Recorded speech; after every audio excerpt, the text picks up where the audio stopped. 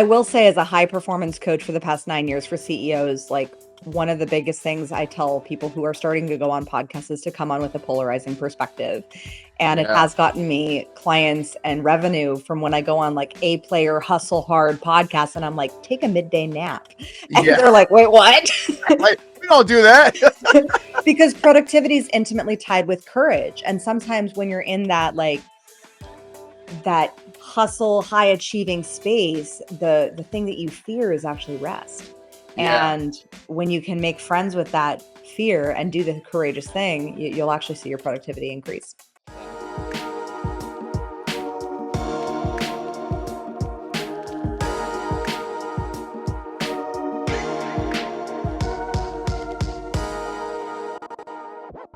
It's your boy, it's your host, Jamar Jones, and we have an incredible episode that I want to share with you. It's been a wild week. It's been a wild week. A lot of speaking engagements. I had 3 speaking engagements just this week. Spoke at the Barrett Center, and then I spoke at the Harley Davidson Museum, and then I spoke at an event called Think and Believe Live with Nick Dillon, Elsie, and Tim, and it was absolutely incredible. Tim McMurtry, and it was absolutely incredible. So we're gonna get into some just absolutely powerful conversation with this next guest. So I had the pleasure of talking with Kimberly Spencer. Now she is a ball of fire. You know, like on this episode, you are gonna be able to learn so much about the world of podcasting, how to actually be a guest on other podcasts and bigger podcasts. But you're also going to learn about how to build your personal brand and really ignite that fire that's inside of you. And that's what is so amazing. So, Kimberly is a 16 plus year entrepreneur, and she's actually an Amazon #1 bestseller, TEDx speaker, and she's been featured in so many different places. Um, like her resume is absolutely incredible. She's helped so many different people be able to actually win deals through guest podcasting. And a lot of people don't know how to do this. And that's why this episode's so important, because we actually dive into how to actually win business through guest podcasting. And she has been featured on Forbes, Netflix, which we do talk about, CNBC, Oxygen, Thrive Global, and the list goes on and on. I mean, she's just an incredible person. And she also has her brand new book, Make Every Podcast Want You. And we get to dive deep into that, of how to actually make that happen. And that's why I'm so honored and blessed to be able to interview such an incredible human being, that you're going to learn so many tactical things to apply to your business and to your personal brand to get you to the next level. So enjoy this episode. Please like, comment, and subscribe to the Forever Podcast. And please take action in everything that you do. Hope you enjoy it. What's going on, Kim? Welcome to the Forever Podcast. I'm so happy to have you on. How you doing today? I'm doing extraordinary. I've had just some amazing conversations already today. And right before this, I got to have an epic meditation with my son, Okay. which was awesome. Okay. And what talk to me a little bit. So do you meditate every day? Is this the secret sauce to growing your personal brand and getting your name out there? The secret magic, in 2019, I had my very dear friend, Tirsa Shirai, and mentor on my podcast, Crown Yourself. And she talked about, and when came on my podcast and talked about how she scaled her business blank bar from 0 to 30 million. And I said, whatever you did, tell me. And Yeah, so yeah. she said one of the things was she practices transcendental meditation. And at that time was a really challenging time in my life. We had just moved in with my mom to support her as we had put my dad, rescued my dad from the psych ward and put him into rehab. Mm, And I had a 2-year-old and a fast-growing coaching business at the time, and Yeah. and I was exhausted. And I found transcendental meditation, and it gave me this just release that my nervous system needed. And I do it every day. They say you're supposed to do it twice a day every day. I do it once a day. And I find that it gives me that middle of the day boost for the second half of the day, of a full day full of energy, and it just is a beautiful reset for that post lunch time. Wow. I need to do a little bit of that, I think myself. I It's know a I game don't carve changer. out the time to do it. And I need to. I need to. How long do you do it for, like the meditation? It's 20 minutes. When I first back in 2019, because my nervous system was so fried because of just the level of intensity of that season of life, um, I would find myself doing a 20-minute meditation. It would turn into like an hour because I would fall asleep, but I would actually get rest because prior to Mm, that, I wasn't actually sleeping well. Once that my nervous system evened out, I can now do a simple 20-minute, and then you have about 2 minutes to come out of it, like to just kind of let yourself mm. relief, come out of that Zen state, especially when you're practicing your mantra. Yeah. And there, it's the most heavily scientifically studied form of meditation. I just practice it lying down next to my son while he's napping. I just do it next to him, and it allows me to just have that like connection time to reconnect in, and then go back, Oh go man. back and crush it throughout the rest of the day. Man, we could have a whole podcast just on that 'cause Yeah. I feel like that's like there's so many things that I personally need to do from that standpoint. I know society doesn't take breaks, especially in the US, probably enough. And then there's just that thing we always lean over to prescription drugs, but like there's so much opportunity just by the mind, like Mhm. what that can do for the body. So that's like a whole nother another topic point. Yeah, it's I mean, I will say as a high performance coach for the past 9 years for CEOs, like, one of the biggest things I tell people who are starting to go on podcasts is to come on with a polarizing perspective, and it Yeah. has gotten me clients and revenue from when I go on, like, A player hustle hard podcasts, and I'm like, "Take a midday nap." And Yeah. they're like, "Wait, what?" Like, we don't do that. Because productivity is intimately tied with courage, and sometimes when you're in that, like, that hustle, high achieving space, the thing that you fear is actually rest. Yeah. And when you can make friends with that fear and do the courageous thing, you'll actually see your productivity increase. Wow. Little hack for everybody out there. Like sometimes the doing is in not doing. Mhm. Just just getting centered. So I want to ask you a question, and we'll get into all things podcast booking and getting appearances. But on the topic of appearances, you've been featured on a lot of TV and media sources: Forbes, TEDx, Netflix, CNBC, just to name a few. How do you do it? How do you what's one couple nuggets that you can give us that you've been able to land those kind of media placements? Oprah has one of my favorite quotes, and she says, "In life, you get what you have the courage to ask for, and ultimately, it just comes down to asking for it." And yes, there's some creative tactics and strategies that can be involved, but ultimately, you have to ask for it. A lot of our press has come from the free resource. I think they recently rebranded, or aligned with a different group, but from Harrow, Help a Hmm. Reporter Out, Yep, heard of and that before. Yep. Netflix came from just asking, and it was a docu-series that wanted to document an interesting relationship. They found my husband and my story of being 19 years apart, me being pregnant, me also being a business owner and the primary breadwinner, like to be as a very interesting story, and as well as my husband's background as a voice actor and that dynamic. So that's how we landed on Netflix. Hmm. And as well as, my feature film from over a decade ago that I co-wrote, Bro, that got on Netflix as well and on ESPN and whatnot. Uh, but really it comes from just asking. And Forbes came from asking and putting an offer out, putting an article out and saying, here's my opinion. Is this something that would align with your audience? Yes, it was. Okay, great. Yeah, so just ask. It's so funny you say that because a lot of people also ask me like, "Hey, how'd you get speaking engagements?" or "How did you get to collaborate with this influencer or this person?" And a lot of times it's just, it is a right place, right time Mhm. sometimes, but it's also just asking, people. And how I got into all those rooms is by asking, but also providing value at the same time. And I think that's what you just touched on.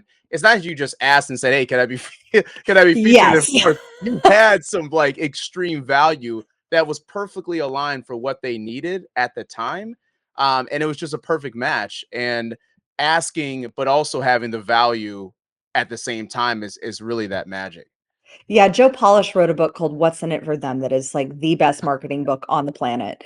And you really have to think of like what's the benefit and the value that you can add to somebody else. So sometimes for reporters, it is just offering, "Hey, I saw that you're looking for somebody with this type. Like, I can add that value. I have this history." Yeah. For Forbes, it was, I have this opinion and this perspective. My article was called "Are You in Its Complicated Relationship with Your Business?" Yeah. Because I tie a lot of things in business, podcasting, money, life into everything that we're in a relationship with everything. Yeah. And they thought that was a really interesting perspective. And it's about looking at how can you provide value. And I see that now with more than ever, like with us pitching clients in our Communication Queens agency, Yeah. because we have to look at every podcast, especially when we're getting our clients booked on like the number two podcast entrepreneur podcast in the world.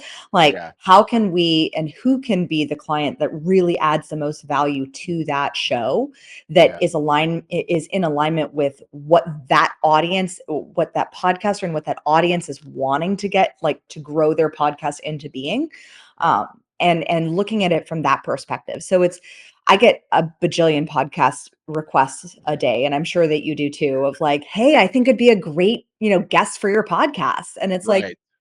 okay, I love the boldness, and explain to me why you think that. Right. And I think there does come a little bit of intentionality and research, but when people think that that's a lot of like, "Oh, that's so much work."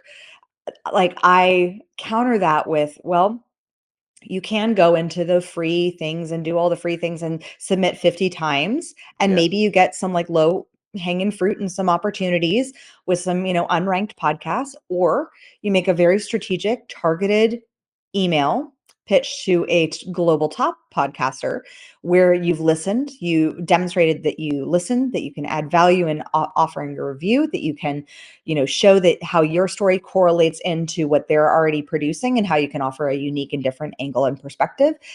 And then you get one email that lands you on a global top podcast that you get 100,000 downloads versus like maybe 30, 20, 40 Yeah. here and there if you get the smaller shows. Yeah. So it's really just that next level of intentionality and looking at how can you provide value. It goes a long way. Yeah, the research is so critical because a lot of people just want to do the shotgun approach and then and just like see what happens, see what hits, what connects. And you're talking about more of a strategic approach and having Rifle. intentionality and also the research and really shooting your shot, at something. Because here's the thing, like, what if one of them lands? Yeah. Like instead of taking the shotgun where it's like anything and everything, it's like you can be a lot more targeted. Um, I want to ask you a question on because a lot of people struggle with sharing their story, especially on podcasts, but also for speaking and generally just for personal branding. You are so open with your story, Mhm. from a really rough childhood to a divorce. I mean, to, health issues and things like that you've conquered. Um, how are you so open with your background of where you came from and just letting everybody know your business? Because this is a big struggle for a lot of people. They Yeah. struggle with the confidence to open up the closet, to let everybody in. First and foremost, it's 20 years of deep introspection and healing work on all of those pieces and aspects of me that needed integration. So that's Yeah. the one of, healing my relationship with my father from because I grew up with my dad he was my greatest influence in a positive way, and he was also my worst influence. And so it was very hard growing up with that dichotomy. And being able to see though the value and service of that. I remember in 2018, my my dad, I took him to a high performance, a personal development conference, and he was like, I wanted to open his eyes to like what I'd been doing in the past few years with my coaching business. And it opened his eyes, and he had like this profound, like spiritual moment. And he said, Kim, I want you to share our story. And I was like, Dad, there's parts of our story that I don't feel comfortable sharing while you're alive, simply because I know about people's perceptions and they don't see Mm, someone who sexually abused a child in a favorable light. And even though I can look upon that moment and see the healing, I see that, generational trauma, he had that abuse, he had those experiences, and he didn't feel he had the courage to share it himself, but he wanted me to. And I said, I will do that after you pass. And he passed in 2021. And so I started opening up and sharing those parts. But I think it's also being considerate of like, understanding the level of healing that has to come through and being considerate of all the parties. Because not always, sometimes other parties are still involved with your story. And like, I don't speak a lot about my ex-husband, simply because he's still alive, he's still around, and mhm, he's not in my life. And I'm very happy about that. But I don't want to bemoan his character, even though it was a very challenging relationship. But also, I was young. I was 22. I was stupid. So, right. and I'm very and the thing is, in looking at every experience, I can see the value. I'm that weird person. I'm an unsinkable optimist. I can find the silver lining in literally anything. Like the story with my father, it allowed me to literally save a life because Mm, I was able to share it in a group. I saw somebody who I said, I just feel like they need to be in our group. It just so happened to be a group with several people who had survived sexual abuse. mhm, And this person came out for the first time in their life that with a story of their rape. And they were like, I didn't realize until years later that that was the night that they were planning their suicide. And I remember that moment though very powerfully because after he had that breakthrough, and I was able to kind of coach him through that. I called my dad and I said, Dad, I think we saved a life. And mm, I do believe that there is more to this life than just us being on this planet. And so I do believe in a higher power, and I see everything as happening for me, not to me. But not everybody is of that perspective. So a couple things, and I always tell anyone if it's unhealed trauma, don't share it on a podcast. It's not a space for you for it. Like go to go to therapy, do some breath work, like do what you yeah. need to do to heal it, in your mind, but also in your body and in your spirit. And then B, look at, are the people in your life still aligned, still like involved with your life or still living? Are those people that, just look at any repercussions. Sometimes people over dramatize these. So be aware when your fear-based ego mind wants to like over dramatize and talk about, scare you into not sharing your story. That's not necessarily true. I had that fear for years with my former business partner, and that's just ridiculous. And just being able to say, no, I had a successful exit. Yes, the buyout process was challenging and at the time Yeah. traumatizing, but because I was new and I'd never dealt with lawyers before, and I had never had legal threats or anything like that. But I don't, I had been wary of sharing that part of my story because I was like, oh, I don't want people to perceive me as a failure because I perceived me as a failure. But once I realized, I was like, no, a successful exit, like that's a good thing. Like Mhm. it's Yeah. a good thing to have a buyout from a business. So I Yes. said, okay, that's a reframe, and so don't let your fear-based mind scare you out of sharing your story. Have a realistic look at like, is that really true or is that just your fear? And then if there's something that like legally, like any sort of domestic violence or like a marriage or a divorce or a business buyout or something like that, or a separation of some sorts where there are legal terms, be aware that you are, aware of your legal terms of what you can say. Typically there's clauses in contracts where you can't misalign someone's character. So the Yes. way you do this is you take absolute full 100% ownership of your story, your thoughts, your feelings, and your experience as a person, Mm, not pointing the finger of blame. right. Right. Yeah. It's. It's so hard though. It's you know, it's like you said, it's a process to get through all of that, and everybody's got their own story, Yeah. their own closet, their own skeletons, and I always find that it's tough for people to open up about those things, especially just in the professional environment.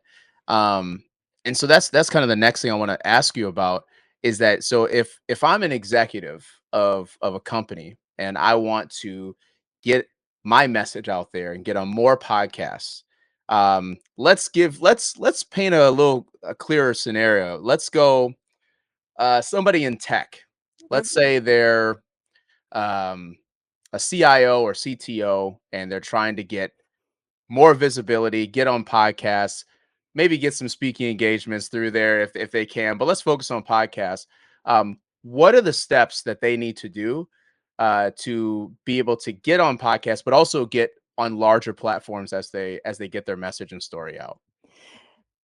So I love this question. And I also am curious if the question behind it was like, if how much is too much of sharing the personal story that like, especially for executives Right. You got it. It's exactly could where I was change going. the Yep. perception. So this is one where it's really important to understand like what is the story archetype, right? What is the archetype of your ideal client and the people coming into your world? And there's only seven, like having been a former screenwriter, Yeah. there's only seven story archetypes, period. And the most prominent ones that I see in any form of story are the overcoming the monster, the rags to riches, and the quest. And so these are stories, and there's a subconscious principle. One of our prime directives of our unconscious mind is that we seek patterns. And so if you have a story that diverts from one of these archetypal patterns that we as humans unconsciously recognize, that's when we start to like zone out. Or if your story gets too data, if it gets less story and more like data driven of like, look at my results, look at how great it is, you want to be aware of like making sure that you stay connected to the story, but you don't have to share like terrible traumas. Yeah. You can share about the rags to riches, the moments that you were living out of your car to start your tech startup to then grow it into a multi-billion dollar industry. Hmm. You can share about overcoming the monster of grief or loss um or losing a family member or the monster of addiction even, like if that's something that you're open in your story about, or maybe even a work addiction too. But finding that monster that you overcame. And then there's the quest, the journey of like finding a solution. And this one I see with a lot of tech startups. One of our clients has a great quest story that's very much about how he went on the solution to find he went on the quest to find the solution for his kids who were struggling with his homework. Hmm. Ended up building $100 million company and like Isn't that crazy how that happens? right. And so this quest of being able to like you're seeking a solution, you're finding and you're doing the research, you're doing something for a purpose of serving someone in your family or in your or a movement or a cause. And when you look at those three, now there are others. There's, comedy, there's tragedy. I don't recommend tragedy. That's mostly true crime podcasts. And then there's the the uh gosh, though I'm blanking at the other one. There's the rebirth podcast. I see that one on a lot of spiritual podcasts as Okay. well, of the rebirth of the transformation, Yep. similar to the quest, kind of like Odysseus. But looking at which archetype does your story typically fit into, or which one does your ideal customer avatar most identify with? For most entrepreneur podcasts, it's rags to riches, Yeah. or overcoming some sort of monster, uh, racial disparity, a gender disparity, some sort of monster that's out there, and being able to overcome that, or the quest. And Hmm. if you can, so first seeing what archetype your story fits into, and then looking at what are those moments along the way that really define the courage. Because I see most CEOs get tripped up with telling their story is they start sharing about the results, but they don't share about the journey to the results, because Yes. you want your audience to see you as the guide, not as the main character. everybody unconsciously will always be putting themselves in the main character seat of your story. So being able to see, how do you position yourself as the guide, as the one who comes back from the quest and brings Right. all the riches of knowledge that Yeah. you've gleaned from your journey. And then from that, look at what are those moments of courage, because Dr. David Hawkins, who's created the map of consciousness after studying heaps of people in all walks of life, he measured the frequency of emotions. And there's anger, pride, and courage. And there's other ones below: shame, fear, guilt, grief. And Yeah. then there's the other ones above of joy, love, enlightenment. But typically I've found that when there are stories shared with courage, those are the moments that actually move your audience into action. Sharing moments of pride, that's where people get tripped up on sharing just the results in the highlight reel versus actually getting real, because it does take courage to show up vulnerably. It does take courage to share, even as, a successful CEO running $100 million company, or a $1 million company even. Yeah, Yeah. you started out with like in the red with no cash flow. I was just having a conversation with a CEO who's like, "Yep, poured $1 million of my kids' inheritance into building this business." And I was like, yeah, so there's a risk, there's a fear, and there's sometimes that fear of it being exposed, of like any sort of shame. So first, Yeah. clean up the shame in a therapy session, and Yeah. then be able to go out and share vulnerably those moments where you took the risk, you maybe had the failure or you had the reward, and then eventually lead them to that point in the story where there is that success, there is that reward, because that's where your audience then emotionally is involved with the journey. And courage creates action. So the emotion of courage, it automatically is an emotion of momentum, and Yeah. money loves momentum. Wow. I mean, so many gems just dropped right there. Because it's funny, because I know people listening, maybe like, well, but how do you get on podcasts? That is how you get on podcasts. That your story has to be so clear, has to be so defined, and you have to figure this out for yourself. You have to look inward before you go outward. And it's so important to do these things, because when you're pitching your story to somebody else or somebody else's platform, it's got to make sense. It has to make sense. So everybody listening, watching, like, that's why a lot of people go so deep into the message and your story, the hero arc. I love how you focused on the courage part of it. That's super interesting to me, because um what actually moves forward with action, for an audience, and that courage. And I kind of think about maybe people that I follow, or people that I, have as mentors, or people that I watch online. Yeah, it's that courage that they took to get past whatever that demon or monster was, to move forward. And it's less about themselves, but you can almost see yourself in them, which then moves you forward, which is super cool. And so when you're doing this with your story, um let's talk about, give us an example of, either for yourself or for one of your clients. What's the largest crazy podcast story that you can give us? Like, uh just like, so let's say people do this. Let's say they get their message out there. They're hopping, they're taking the ladder up on podcasts, and they want those guest appearances. How crazy can it get? What do the results look like, Well, from yeah, it how depends big on it the can get? result you want. Like, you go on a top 0.01% global top 100 podcast that gets, anywhere between 500,000 to 1 million downloads a month, and you go on that, suddenly you see your followers triple, your sales increase. So I mean, there's magic in those. Now, those ones can be a little harder. Like, one of our clients, he has a following of 400,000 people. Like, he already is very established. He's already been on Impact Theory by the time he came with to us. So it's Okay. a lot easier to get him on those larger podcasts versus someone who is maybe less visible but has had, a lot of profitability and success, because not Mhm. always do social media numbers equate success in your Yeah, business. exactly.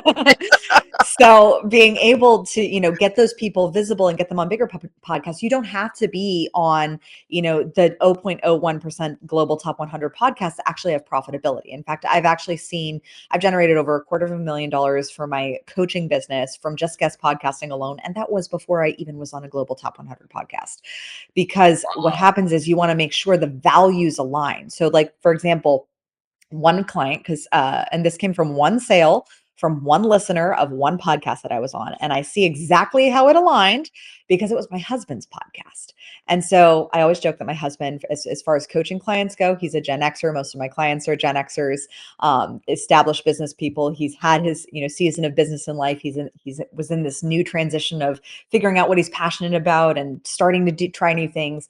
And so I was on his podcast sharing about motherhood and coaching and just my own journey. And one of his friends from years ago came on, like applied for my high performance consult for coaching, and was running a successful multi-million dollar construction company.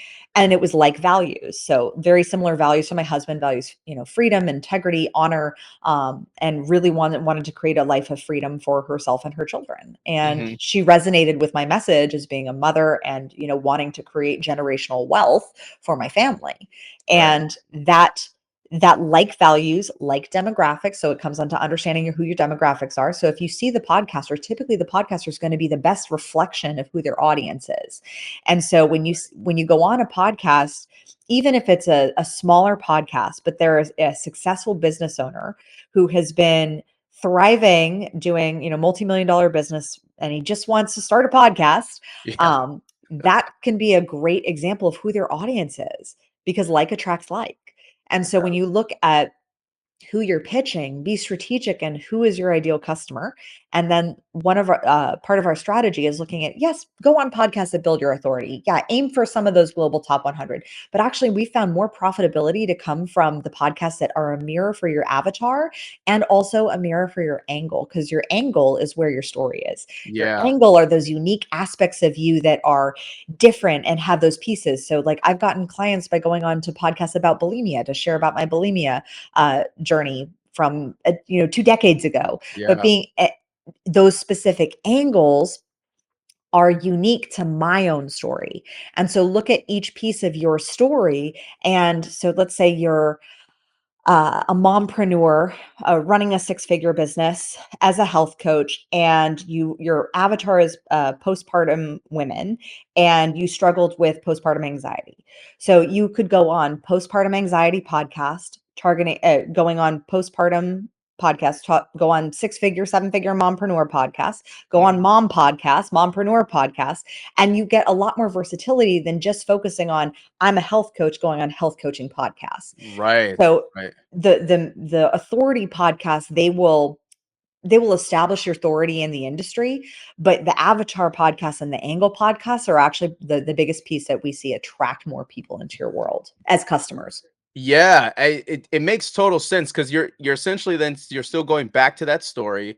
You're finding like the stems off of the story of like, okay, here are all the things that either you had to overcome or the areas of impact within your story. And then you're saying that each one of those areas could be a podcast that you can go on and share that particular message. But also when you do that, you're really relating to a certain audience. And even if it's smaller, it's more targeted. And it's because a lot of people will be like, I gotta work or be on the biggest influencers podcast. But there's such thing as a micro influencer that might Mhm. have 10,000 followers, that they're connected to, but they're like locked in with them. And it's actually a lot more valuable to go, with that person versus the million followers that's all from all over the place and it's from Tanzania and I don't know, like all these random spots. Wait, what's one of my brothers said? Oh, Taguchi Gulpa is another random spot. It's like all Never these even heard of that places, place. it is not like targeted enough, but it still has so much value. You actually can get real leads and clients from it and good visibility. So I love that. I absolutely love that approach. What so how does somebody actually find podcasts? So like to go on. So let's say, I want to figure out what, that target, that niche. Um is there resources, is there sites that you need to go to, like I guess help the people out a little bit of like where do they actually go to find these, because it's kind of like all over the place. I mean, you might go to Spotify, you might go to Google Podcasts, Apple Podcasts, and like it's just searching So is there like Yes. resources or tools that people can use? Yeah, we've condensed all the resources into our book, Make Every Podcast Want You. And if you want the resources, go to makeeverypodcastwantyou.com/resources. You can go, you first start by asking your network because your network will have podcasts that they either listen to, are connected with, or have been on. And By especially as the a way. professional business owner. Oh, So start asking your network. Just post, like, I literally give you a script in the book of like, here's a post, use this. yeah. Yeah. Yeah. Just ask. Then there's tons of Facebook groups. We have our Profit from Guest Podcasting Facebook group on Facebook, which you can go to. There's other Find a Guest, Be a Guest Facebook groups. Those you can typically get active podcasts, but not necessarily are those always ranked podcasts. If you're going for the higher ranking podcasts, you can use tools like Listen Notes or Chartable to start looking at, are these podcasts actually ranking in their industry? Listen Notes will tell you if it's a global top percentage podcast, like our podcast Crown Yourself, that's a top 2%. Our second podcast, Communication Queens, it's a top 10% global ranked podcast.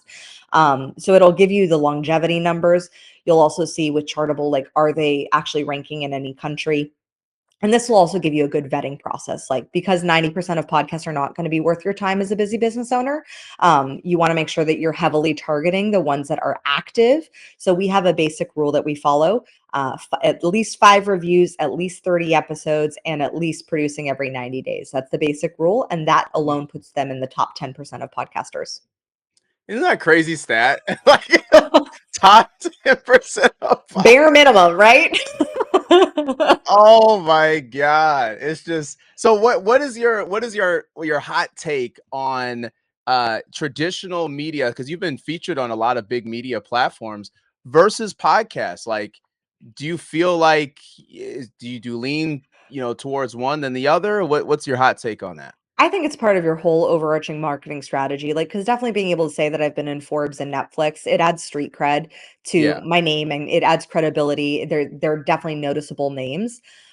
I haven't seen profitability or revenue from those directly, or could I can't really track those, but I right. can definitely say that I have tracked and my clients track, and we see the from our clients as well, because we have a post podcast interview review of, did they generate any sort of business or referrals or partnerships. Our clients are getting constantly referrals, clients, even before the speaking gigs, even before the podcast distributes, because of the way that we approach podcasting.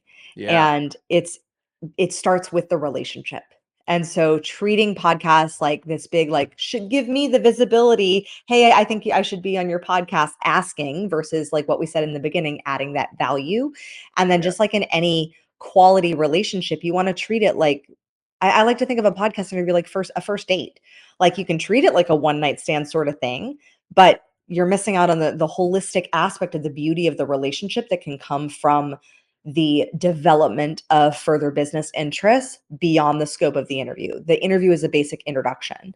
So when you start approaching podcasts like that, it changes the game for your referral potential that you can get from a podcast interview.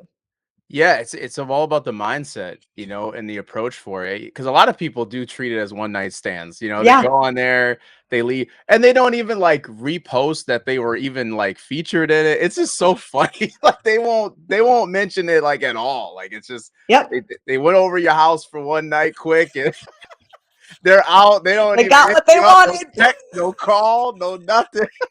It's like, man, really? It's like that? It's Yep. like that? I'm like, Yep. wow. It's just it's baffling because especially for busy people, like they spend their time and energy on that podcast. Sometimes some people just be going forever for like an hour and a half, just kicking it.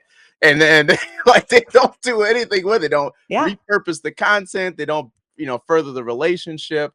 It's crazy. It's absolutely crazy. So I think, I mean, everything that you're saying is absolutely like it's so on point. I'm learning a ton just sitting here. Uh so with your book that's coming out with Make Every Podcast Want You, uh what is your ultimate goal with the book? Like, let's say, somebody grabs it. What do you want them to do with it? And what's your goal with releasing that book? So I want you to have all the tools that you need to really share an epic story, and to be able to land and share and spread your own message, because one of my clients from one of my coaching clients years ago, very successful in her field. She was pivoting over into starting her coaching business. She had previously been in the medical industry. And she was like, Kim, like why? Like why start a business? You already have one. We do kind of the same thing. Like you're already good at what you do. Like why can't I just refer business? And while I'll always take a referral, I won't take one out of defeatism. And I told her, I said, because there will be people that will resonate with my message, and there will be people that will resonate with yours. There will be people, maybe in the medical industry, who will see my background as being a college dropout who's had 17 years of entrepreneurship training in the School of Hard Knocks, but I don't have a college degree, and they won't value that. They won't think it's educated or something. That's for them to decide. But you have 30 years of medical training and a master's in nursing. You have that power to be able to share your story in your way and connect with your people that I cannot connect with. So even though we may have the same message, and even though we may be able to help people get to the same goal of aligning and achieving greater performance and having greater purpose in our coaching businesses, you're going to get them, you're going to attract the people that you attract from your background and your story that I can't attract, because they may see me as being too young or too, too whatever. So Yeah. that's why it's so Yeah. important, because you become your environment. And I think podcasts are a great way to expand your circle of the 5 people of influence, Hmm. especially because you have them right in your head constantly. And Right. so that allows you to open anyone in any place in the world who has access to the internet, who can listen to a podcast, can expand their horizons of what's possible for them by just listening to a podcast and somebody else's story on a podcast, where they go, oh my gosh, that story is so similar to mine. And she overcame that monster. I can too. And he did that with his life. I can too.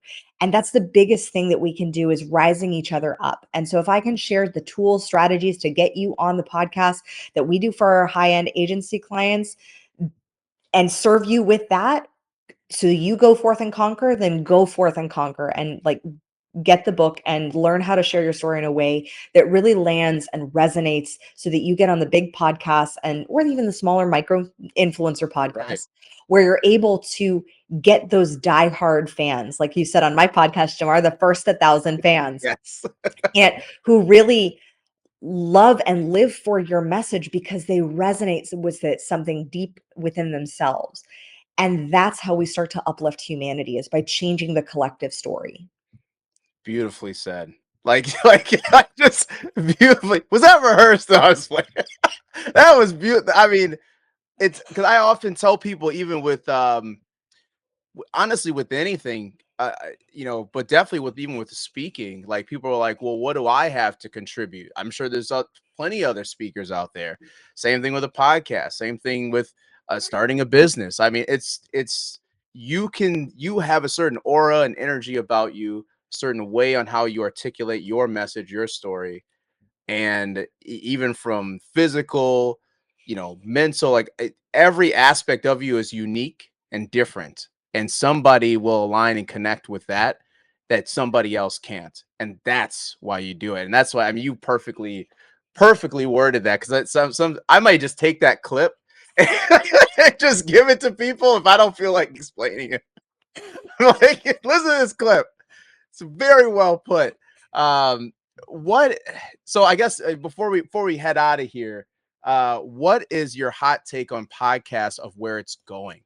So Ooh. yeah, just like next 5 years, 10 years, where's podcast going? It's still relatively new as far as a media platform. You now can see a lot of people, even with sports, like a lot of athletes are starting their own podcasts that are now Club Shay Shay is like the biggest podcast in the world, which is crazy. Started like, I don't know, like a few months ago, it seems like.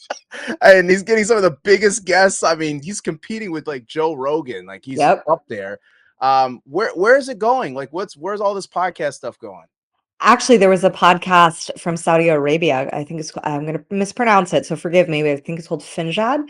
And it actually has more podcast downloads or video views um, than Joe Rogan's Elon Musk episode. It has over 100 million video views, and it wasn't actually just from people in Saudi uh, Arabia. It was from English. speaking countries who were watching this one interview of this highly trained relationship and communication coach.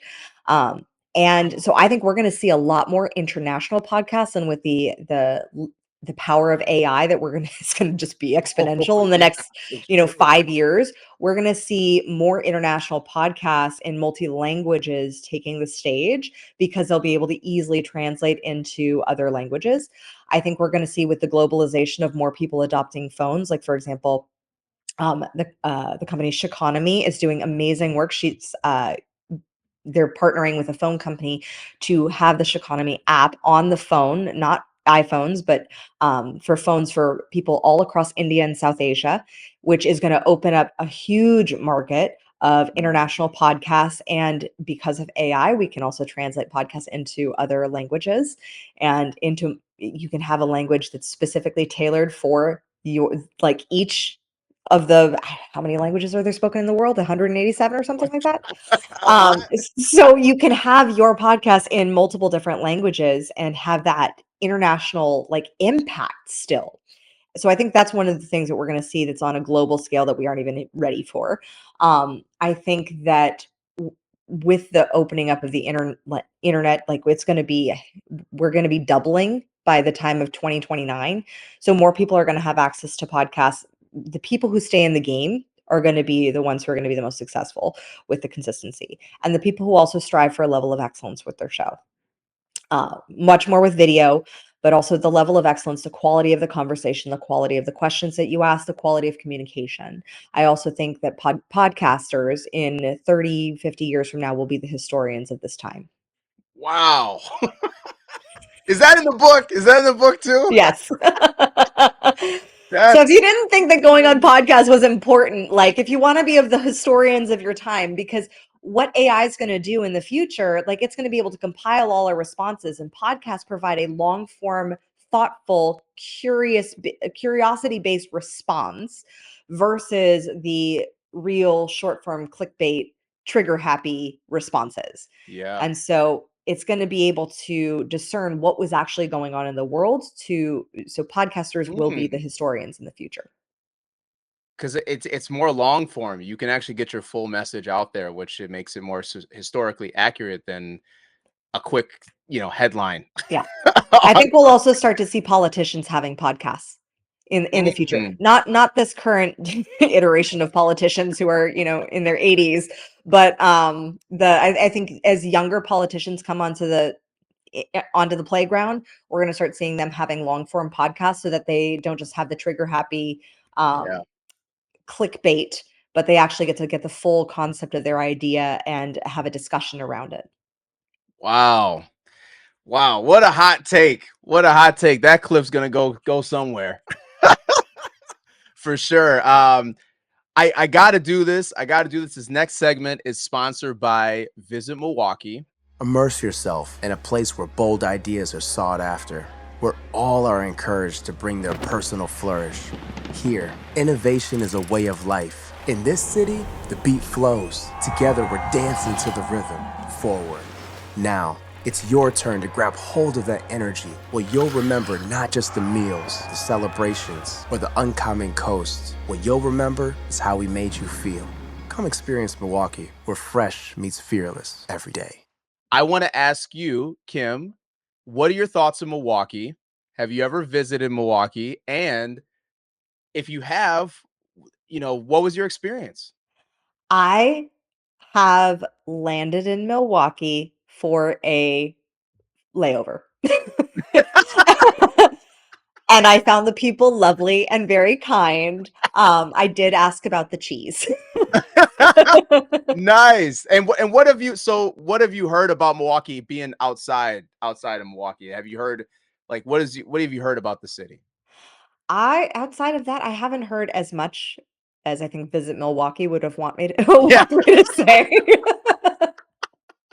that's all right. That's But all I right. think You heard that about the cheese, right? You the heard about the cheese I've cheese? heard is wonderful, and Uh-huh. I've also heard that I've also seen a trend of people in Minnesota, Michigan, Wisconsin.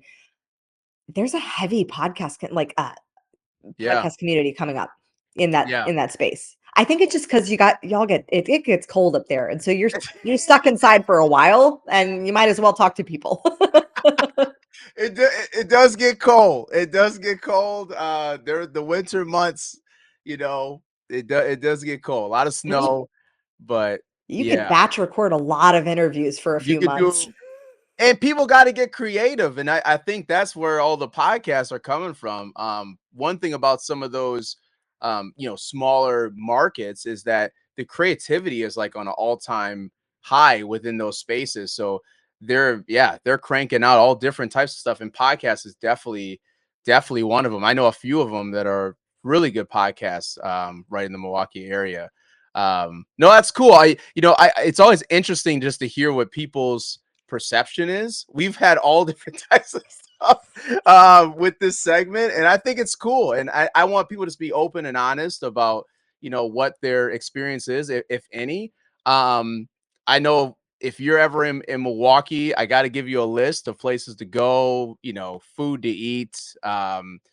There's a lot. There's been a lot of growth in the city, so I'll definitely let me know when you're rolling through, so that way I can at least give you a list. Absolutely. My husband is the giant foodie, and we do a lot of traveling for his voiceover, business. Okay. I think there is a big voiceover convention in Milwaukee. I'll have to ask him about that. Okay. Um, but he does a lot of anime and video game conventions, so Yeah. whenever we go, we always check out the food scenes. So I will take Anime. note of that. You said anime and food conventions? No, anime and video games. He's Oh, just a video foodie. games. He's a chef. Yeah, but Okay, got you. Got he's you. been in the video game and anime world for a long time. I think there's There's a Anime large Milwaukee. there's a large conference called the Midwest Gaming Classic, and people fly in from all over the country to go to this conference or this convention. It's all like old school games. So I don't know if he's super into old school games, but that is the place to go. It's like a Comic-Con of like old classic games. Like World of Warcraft or like Pac-Man? Pac-Man, like Pac-Man. Okay. Yeah, Okay. yeah, Like arcade like style. Mario, Pac-Man, but it's got like every system, like the arcade cabinet, games on there, and like even the old ones that like barely saw the light of day are like showcased there, and people can play them. And yeah, it's a whole thing. It's a whole That's so thing. fun. But he would love that. He's like, one time I was at a conference in Arizona and I got an Airbnb that had like it was gaming themed, and Okay. all like he got to play Crash Bandicoot for 8 hours, and he absolutely loved it. Like we don't have video games in the house. So Yeah, yeah. so Crash that is was his awesome. like his experience. So he would love that. But like he's voiced like World of Warcraft, League of Legends, so he's in those Oh, games. Yeah. sweet. Oh, that's awesome. That's awesome. Yeah, I'm a gamer myself, so that's why I Okay. I geek out over that stuff. That's pretty sweet. That's pretty sweet. That's a pretty good gig that he's Yeah. got. Well, cool. Well, where can people find you? How can they get connected? We're definitely going to put in the show notes as far as the book and where to grab it. But how can they get connected to you? Because I always tell people that the people I have on here are reachable. So I encourage people to reach out, connect, just learn about what else you got going on, because they could ultimately help you to where you're trying to go. So how can they get connected to you? Yeah, so if you love this podcast and you want more conscious leadership principles, you can always listen to the Crown Yourself podcast. And if you love this podcast and you're like, oh my gosh, I want to learn more about how to leverage podcasting, you can listen to the Communication Queen podcast at communicationqueen.com/podcast. And you can always reach us by, I'm most active on Instagram at kimberly.spencer. Really simple. So just drop me a DM. I'm happy to interact with you. I'm a real human, I promise. And I love connecting with everyone who is a friend of my friends. So Yeah. I'm so great to know you, Jamar, and you've just been such a beautiful connection. I'm so shout out to Jamie White for Yeah, making this Jamie White, intro. man. She's incredible, man. She's incredible, and she knows a lot of good people, which is awesome. Which is awesome. Yeah. So yeah, I'm excited what's to come in the future of what we're doing. So yeah, thank you so much for being on this podcast. I could have went a lot more different directions, but I feel like you got a good snapshot of podcasting, how to craft your story, how to get featured. I mean, and also how to internalize and figure out your message, and share your story, even the more vulnerable parts of your story. So thank you so much for being on here. It's absolutely incredible to have you. And I can't wait to see where you go next. I mean, all this stuff. Do you have any big like next plans? I know you have the book coming out, but is there anything else that's coming out? I mean, the book Make Every Podcast Want You is coming out on International Podcasting Day, September 30th. So that I'm so excited for. And because one of the pieces of that I share in the book is, live an interesting life and you'll get booked on interesting podcasts. Well, simultaneously in November, we are going to be releasing our children's fart book called It's Just a Fart. So it's a Yeah, double you were book telling release, release quarter. And so do have an interesting life and you'll get on interesting podcasts. So we'll see what podcast I get to go on with that one. Yeah, that will be very interesting.